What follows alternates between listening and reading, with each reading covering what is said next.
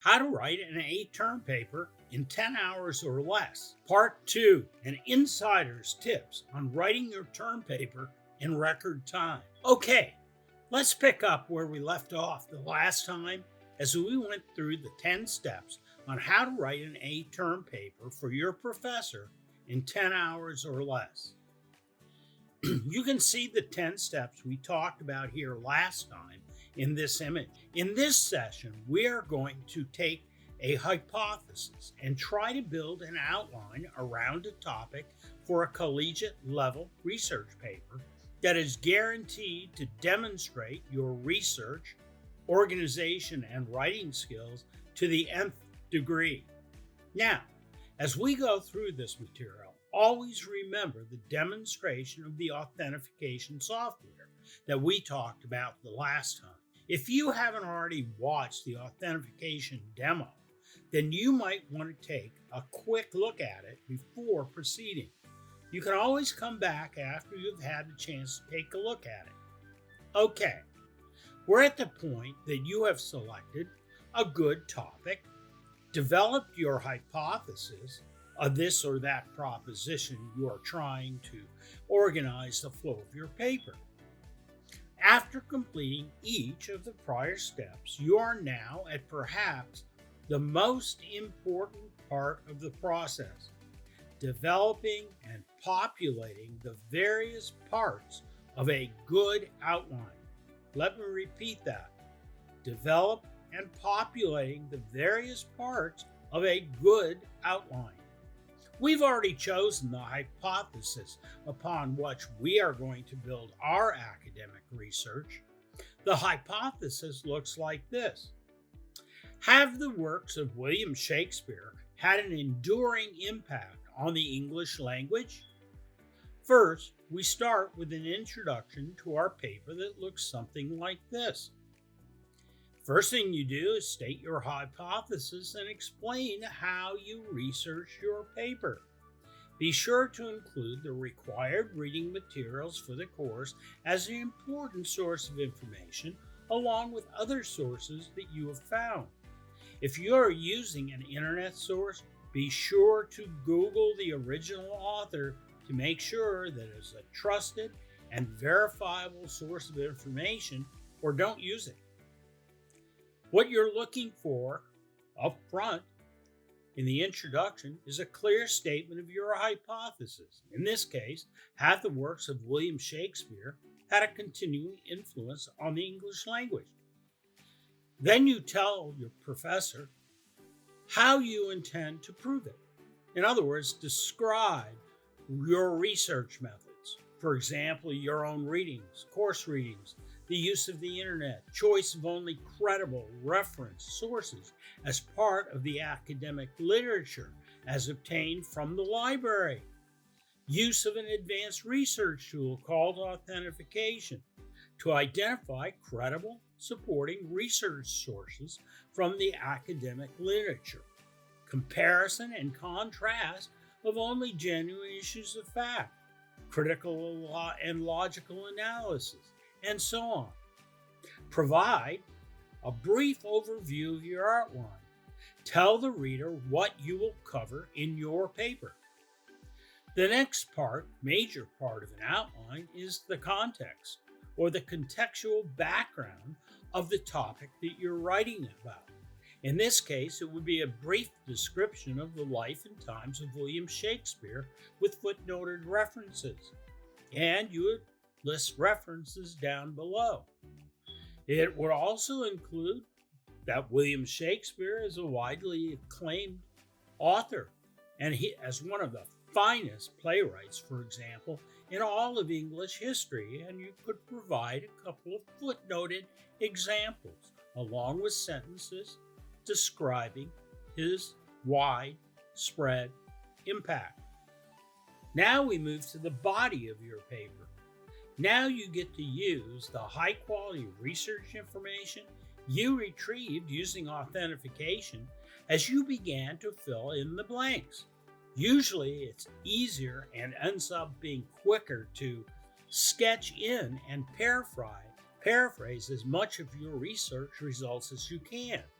So, for example, in the body of the paper, we turn to the impacts of William Shakespeare on the English language. A. Impact of Shakespeare on the English language. Well, he did a number of things. He led the most significant transformation in modern English, and there are many footnoted references that you could talk about to prove this point. Shakespeare wrote sonnets that specifically display a brilliant verbal performance with images layered one on top of another in a sensory kind of collection. You can find ample footnotes of this in the history of Shakespeare's writings. Shakespeare created new and vivid ways of expressing ideas and human emotions like hope, despair, sorrow and rage, love and lust, and so many others. He was an inventor of new words and phrases, and there are many footnoted sources out there that will be brought to you by Authentification to help you fill in the blanks. He moved the English language from the common language of the streets in England to a very high cultural footing. And we can find many examples of this and stories about this in the academic literature. William Shakespeare's continuing influence on Western culture. Well, how about his contributions to standardize the English language and providing footnoted references? How about his influence on the theater?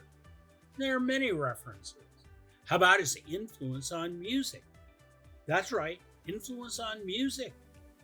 How about his influence on the movies? How about his influence on contemporary lit? Finally, the conclusion, which consists of a series of clear and concise statements or genuine issues of fact, supported by your research, leading to your conclusion with the introduction of new ideas. So, in our example of William Shakespeare, it would look something like this. Summary of key facts demonstrating that the works of William Shakespeare have had a startling impact on the use of the English language. You want to be sure to add your own insights on other impacts not specifically addressed by the scholarly literature or based on the contemporary references you use as set forth in the body of your paper. This is called new knowledge.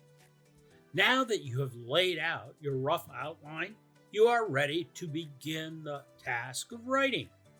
Be sure that you draft every sentence first, and then go back after you've written every paragraph and reread it again to make it better and better with an eye toward the clarity of what you are saying, always asking the question, will my professor understand what I am writing? So, step 1, start writing. You fill in the blanks of your outline using the most credible sources provided by Authentification and your own research review. Always add your own ideas and conclusions that build on the ideas of your references. Good research and adding new knowledge is what gets you an A instead of a B. Never plagiarize. Spell and grammar check the entire document and make sure that all sources are properly and fully footnoted in the required style format. Never fall into the trap of using AI to help develop content for your paper. It is a serious form of plagiarism that will get you into big trouble. Besides, in AI-generated content, the information you are reading may or may not be right, and unless it's footnoted to identify a quality source, it will put your entire paper at risk. 3, most important, and I mean important, have your roommate or friends read your paper and give you feedback and make corrections before you hand it in to your professor. That's it. Within 10 hours, you can produce an A paper by following these 10 simple, straightforward steps. Now, as time goes on in your college career and beyond, you will get a better and better understanding of authentication to help you speed up the process of writing outstanding and convincing papers, while at the same time honing to a very, very sharp edge your critical thinking skills. Good luck. And before you go, please give us your feedback on ways to make this product even better. We really want and need your ideas and feedback. Thanks. This is Dr. Nacio, the Chief Scientist here at Truth Quotient LLC. We hope to see you the next time.